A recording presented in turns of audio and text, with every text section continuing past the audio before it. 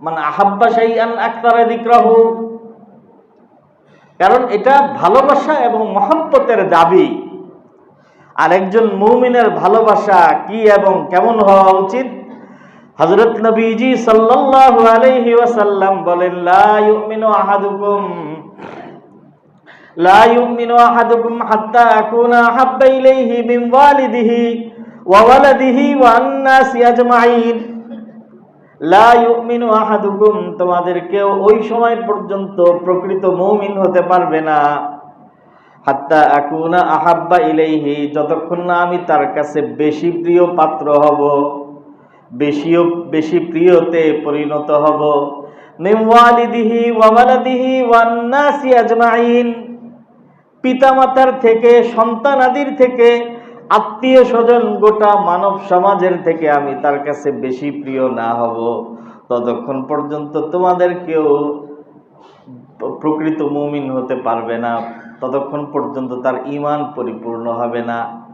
এই জন্য ঈমানের পরিপূর্ণতার দাবি হচ্ছে নবীজির প্রতি মহব্বত এবং ভালোবাসা, আর নবীজির মহব্বত আর ভালোবাসার দাবি হচ্ছে নবীজির আলোচনা।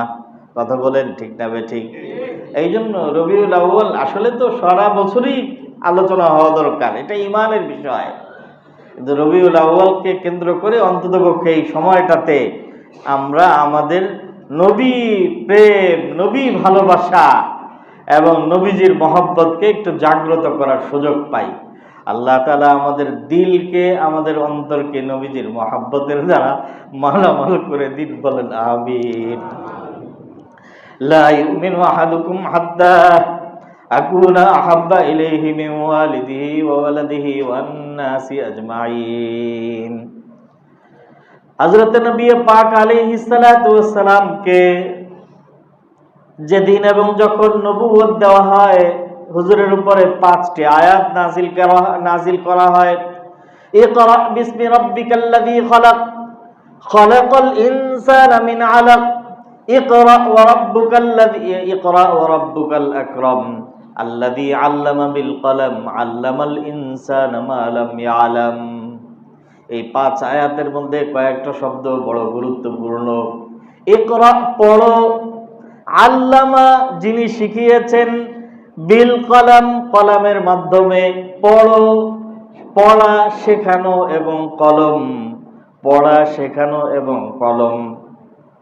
এটা পৃথিবীর বুকে এমন সময়ে এই ধ্বনি উচ্চারিত হয়, একটু খেয়াল করেন, পড়ো শেখানো, পড়া শেখানো, বা সহজে বলতে পারেন শেখা শেখানো। আর এই শেখা শেখানোটা হবে কিসের মাধ্যমে? কলমের মাধ্যমে। এই কলমের মাধ্যমে শেখা শেখানো অথবা পড়াশোনা, কলমের মাধ্যমে পড়াশোনার এই বাণী বর্বরতার ওই যুগে এমন সময়ে উচ্চারিত হয় যখন বর্তমান এই সভ্যতার সবচেয়ে বড় দাবিদার ইউরোপ আমেরিকাও ছিল বর্বরতা, অজ্ঞতা, জাহালাত এবং মূর্খতার অতল গহ্বরে নিমজ্জিত। বাকিদের কথা তো বলার অপেক্ষাই রাখে না। এই সময়ে আরবের অন্ধকার প্রকোষ্ঠ থেকে, হেরার গুহার থেকে হঠাৎ এক জ্যোতি বিচ্ছুরিত হয়, সারা পৃথিবীকে নতুন শিক্ষায় শিক্ষিত, নতুন সভ্যতায় সভ্য করে গড়ে তোলার জন্য, যার ভিত্তি হবে শিক্ষা। ইকরা বিসমি রাব্বিকাল্লাযী খালাক। এজন্য ইসলাম শিক্ষাকে যেভাবে গুরুত্ব দিয়েছে, এভাবে অন্য কোনো ধর্ম অথবা জীবন ব্যবস্থা গুরুত্ব দিতে পারে না এবং দেয় নাই। এইটাই ঐতিহাসিক বাস্তবতা। অতএব ইসলামকে বাদ দিয়ে যদি কোনো শিক্ষানীতি গ্রহণ করা হয়, যদি কোনো শিক্ষানীতি প্রয়োগ করা হয় ইসলামকে মাইনাস করে, তাহলে সেটা শিক্ষানীতি নয়, বরং এটা জাতিকে বর্বর করে বর্বরতার যুগে ফিরিয়ে নেওয়ার একটা কুশিক্ষানীতি। কথা বলেন ঠিক না বেঠিক? ইসলামের বাহিরে কোনো শিক্ষানীতি হতে পারে না। ইসলাম তো পৃথিবীর অজ্ঞতার সময়ে শিক্ষার স্লোগান দিয়ে তার যাত্রা আরম্ভ করেছে। ইকরা বিসমি রাব্বিকাল্লাযী খালাক, পড়ো প্রভুর নামে।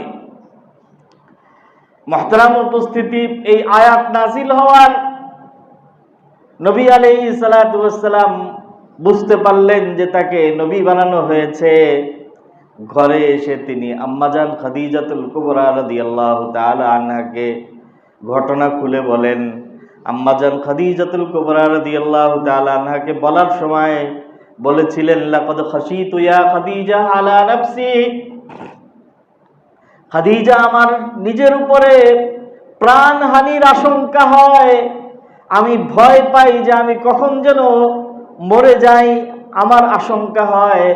হযরত খাদিজাতুল কুবরা রাদিয়াল্লাহু তাআলা আনহা সান্ত্বনা দিয়ে বলেছিলেন, কাল্লা কাল্লা, কখনোই হতে পারে না।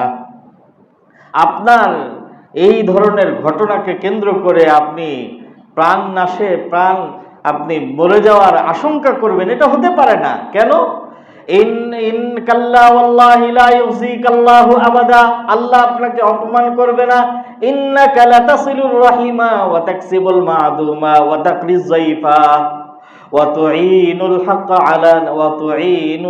আলা নাওয়াইবিল হাক্কি, কারণ আপনি আত্মীয়তার রক্ষা করেন, আপনি অতিথিদের আতিথেয়তা করেন, আপনি দুর্বলদের সহযোগিতা করেন, আপনি প্রাকৃতিক দুর্যোগে আক্রান্ত ব্যক্তিদের পাশে দাঁড়ান। আপনার মধ্যে এই ধরনের মানবিক গুণগুলো আছে না, বরং আমি নিশ্চিত যে আপনার কাছে আল্লাহর পক্ষ থেকে কোনো ঐশী দূত এবং কোনো ঐশী বার্তা নিয়ে এসেছেন।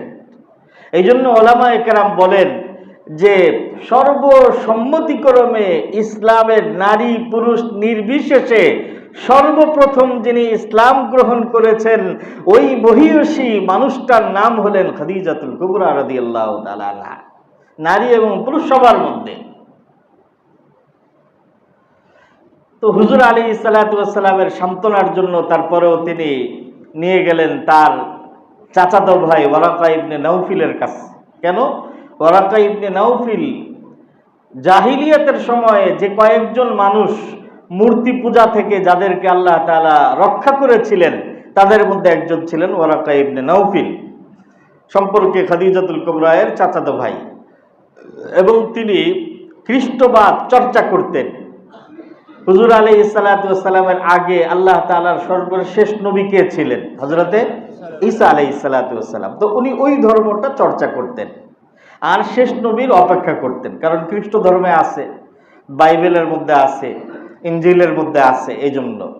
তো ওয়ারাকা ইবনে নাউফিলের কাছে যখন নিয়ে পুরা বিস্তারিত ঘটনা বলছেন, ওয়ারাকা ইবনে নাউফিল প্রথম যে মন্তব্য করেছেন সেটা ছিল, ইন্নাকা লা রাসূলুল্লাহি হাক্কা। সুবহানাল্লাহ বলেন, আপনি নিঃসন্দেহে আল্লাহর রাসূল। ইন্নাকা লা রাসূলুল্লাহি হাক্কা, আপনার কাছে যিনি এসেছেন তিনি ওই মহান দূত যিনি মূসা আলাইহিস সালাতু ওয়াস সালামের কাছে এসেছেন, তিনি ওই মহান ফেরেশতা যিনি ঈসা আলাইহিস সালাতু ওয়াস সালামের কাছে এসেছেন। এই জন্য উলামায়ে কেরাম বলেন যে সর্বসম্মতিক্রমে দ্বিতীয় মুসলমান হলেন ওয়ারাকা ইবনে নাউফিল। হুজুর ঘরে ফিরে আসছেন। ঘরে ফিরে আসার পরে এখন হযরত জিবরাইল আলাইহিস সালাতু ওয়াস সালাম তো একবার এসেছেন ওহী নিয়ে, প্রথম আয়াত সূরা আলাকের ইকরা বিসমি রাব্বিকাল্লাযী খালাকের প্রথম 5 আয়াত নিয়ে এসেছেন। এখন আর জিবরাইল আসেন না। একদিন, 2 দিন, 1 সপ্তাহ, 2 সপ্তাহ, কতদিন? 6 মাস। 6 মাস পর্যন্ত হযরত জিবরাইল আর আসেন নাই। এই 6 মাসকে বলা হয় ওহীর বিরতি পিরিয়ড। একটা বিরতি নিয়েছেন আল্লাহ তাআলার হিকমত ছিল এইভাবেই। এই 6 মাসে হযরত নবী আলাইহিস সালাতু ওয়াস সালাম, জিবরাইল আলাইহিস সালাতু ওয়াস সালাম তো নিজের থেকে আসেন নাই, আসছেন তো কার পক্ষ থেকে?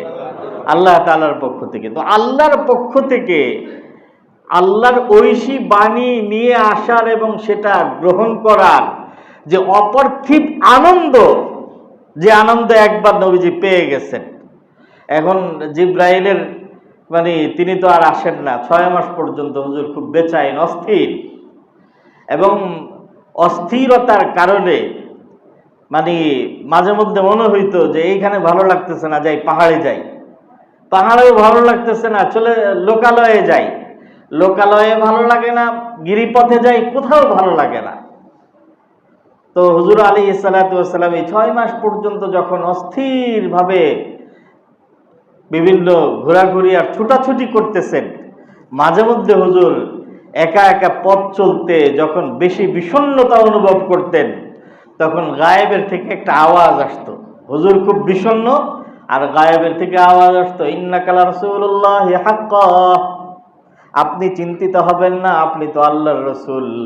ইন্নাকা লা রাসূলুল্লাহি হাক্কা। আওয়াজ কোত্থেকে আসতেছে? চতুর্দিকে, ডানে বামে, সামনে পিছনে কোথাও কেউ নাই, কিন্তু আওয়াজ শুনতে পাচ্ছেন।